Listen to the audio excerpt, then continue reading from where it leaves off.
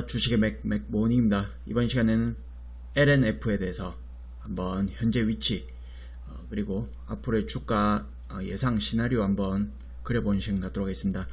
네, 오늘 LNF에서 투자 증설 건이 하나 나왔죠. 뉴스가 나왔는데 뉴스를 한번 보시면 2024년 해가지고 수요 대응을 위해서 6,500억 자기 자본 대비 100%를 넘는 수준의 어떤 대규모 증설 투자 뉴스를 공시를 냈죠. 그런데 최근에 보시면 며칠간에 걸쳐서 좀 강력한 흐름이 있었습니다. 그때 보시면 이렇게 외국인과 기관이 쌍끌이 매수세를 이렇게 동반해서 급등세가 있었고, 그리고 지난 금요일 비롯해서 다시금 수급이 정반대의 흐름을 보였죠. 그리고 나서 오늘 그 뉴스가 나왔음에도 불구하고 마치 이때 미리 재료를 안 세력들이 주가를 올렸다가 지금 현재는 뉴스 발표와 함께 어떤 재료 소멸의 관점에서 수급이 꺾이고 나서 재차 이 수급을 주가 자체를 완전히 꺾어 놓는 모습이 현재 연출되고 있다, 이렇게 볼 수 있겠습니다.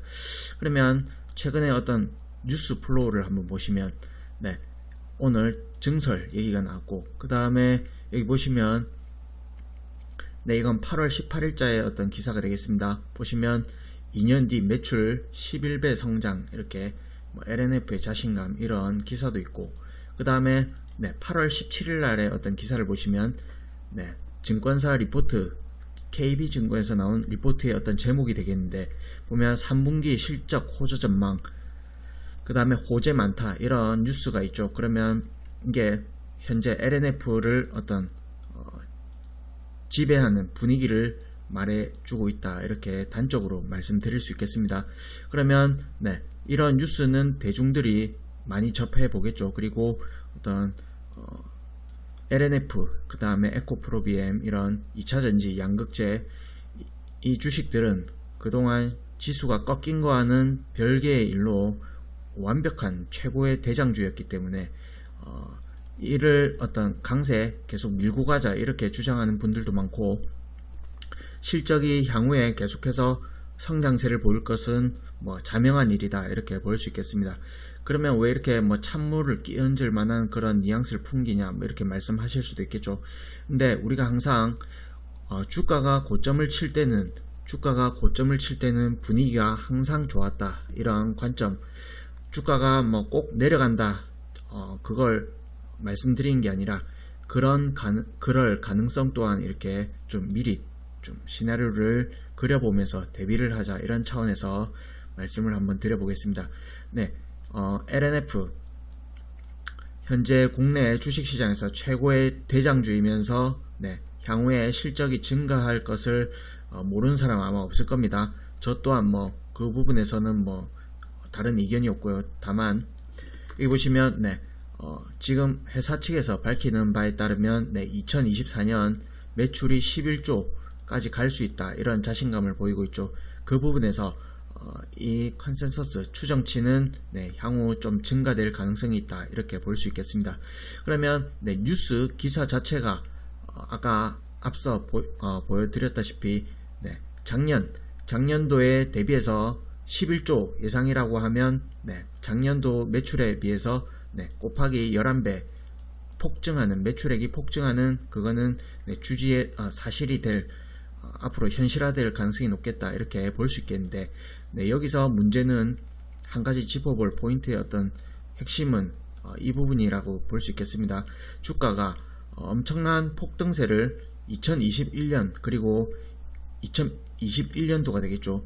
이때 엄청난 가파른 상승세와 함께 폭등세가 있었는데, 이때 어떤 주가 상승세는 어떤 실적 플로우를 반영한 것인가, 이렇게 재무제표를 통해서 한번 보시면 2021년도에서 2022년도 매출액이 무려 1조 원, 거의 1조 원에 육박하는 수준에서 4조 원, 그러니까 매출액 증가율로 따지면 400% 증가율이 되겠습니다.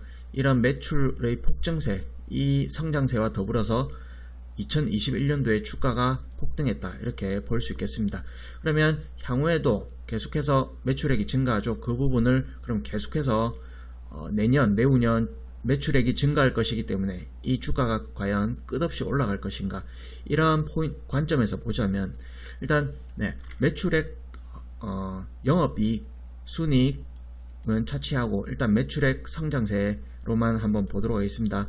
작년 대비 올해 예상 매출액 400% 성장할 걸로 예상이 됩니다.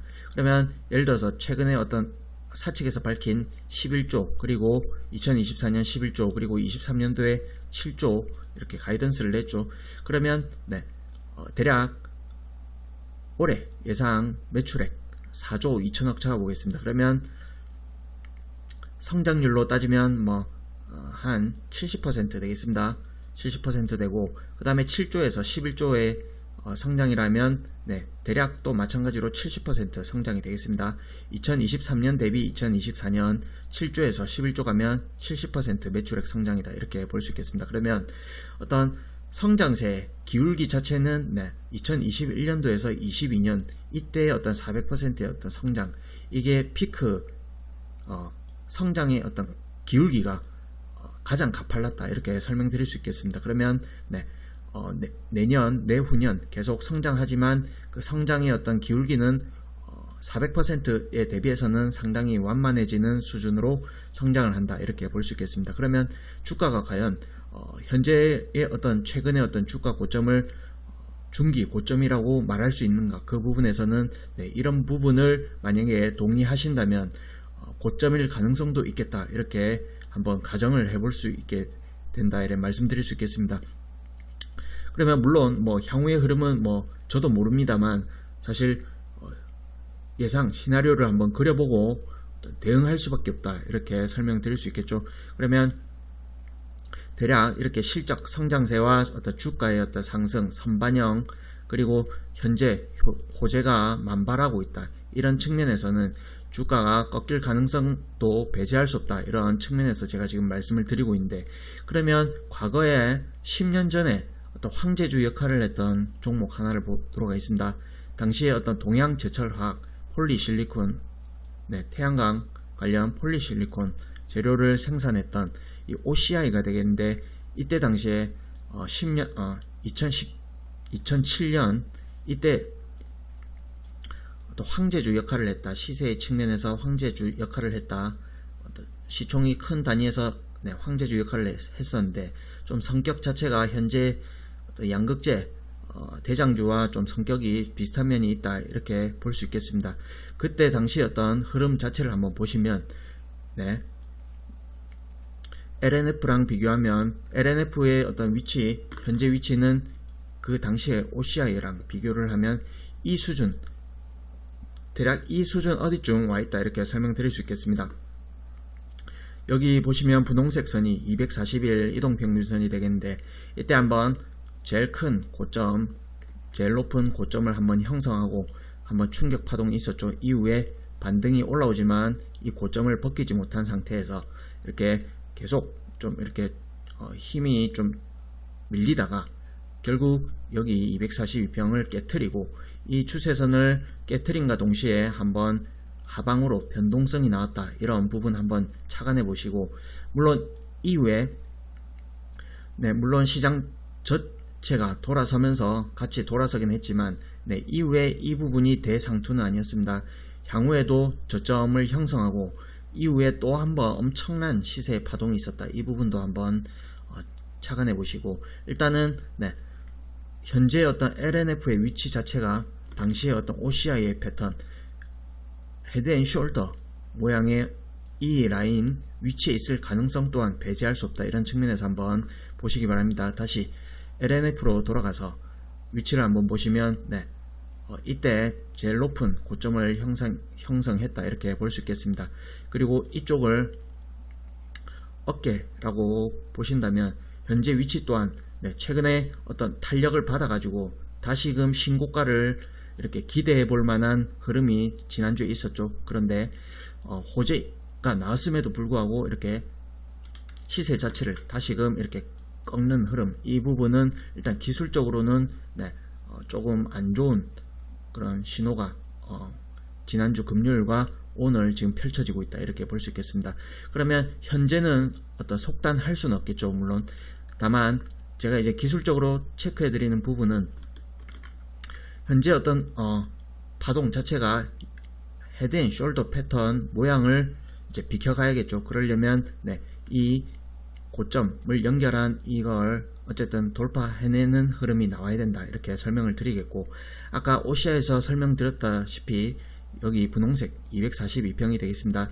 이 부분 아까 오시아에서 설명드렸다시피 이때 고점을 형성하고 충격 파동이 한번 있었죠. 이후에 다시 올라오지만 이 고점을 벗겨내지 못하고 갱신하지 못하고 이렇게 힘이 딸려가지고 이렇게 꺾여 내려오는 흐름에서 향후에 계속 찌질된다든지 쌍봉의 형태로 무너지면서 자칫 여기 보이시는 이 추세선이라든지 이 추세선이라든지 내지는 242평을 혹시나, 이건 가정을 하는 겁니다, 하향 이탈하는 흐름이 나온다. 그러면 아무리 이 종목을 좋게 보는 어떤 투자자 입장에서도 일부 위험 관리를 하는 게 좀 리스크 관리를 하는 게 수익률 제고 차원에서 좀 나은 전략이 아닌가 이렇게 말씀드립니다. 그러면 앞으로 어떤 상황이 벌어질지는 가봐야 하는 거겠죠. 다만 이런 흐름 자체가 펼쳐진다면 조금 하방으로의 변동성이 나올 가능성 또한 배제할 수 없겠다 이렇게 설명드리겠습니다. 그러면 향후에 아까 오시아에서의 어떤 그 흐름과 비교해서 본다면 LNF가 향후에 성장세, 매출처 확실하고 어떤 세계 1등 기업이라 볼 수 있겠습니다. 그러면 충격파가 나오더라도 여기는 당연히 저점 매수의 영역이 되겠죠. 이후에 또 큰 파동으로 크게 한번 대시세가 한번 날 가능성은 여전히 열려있다 이렇게 설명드리겠습니다.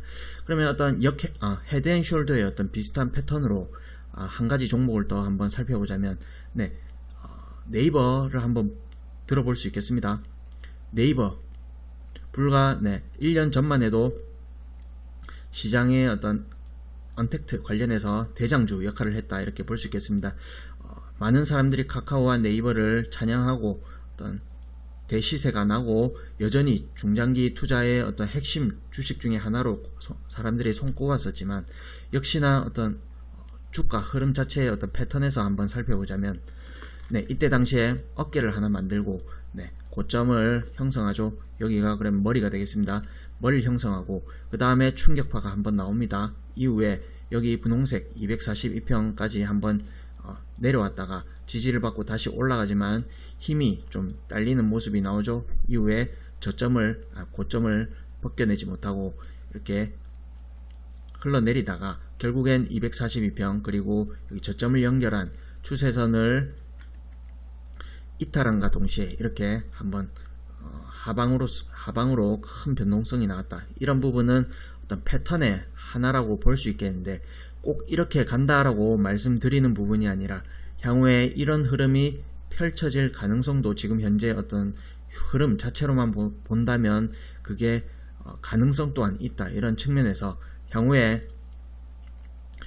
242평 그리고 저점을 이은 추세선을 하락으로 밑으로 뚫고 저항을 받는다 이러면 좀 리스크 관리하자 이런 측면에서 한번 말씀을 드려봤습니다. 저도 계속 추적해서 보도록 하겠고 추가 영상 올리도록 하겠습니다. 도움이 되셨다면 구독과 좋아요 한 번씩 눌러주시고 또 찾아뵙도록 하겠습니다. 고맙습니다.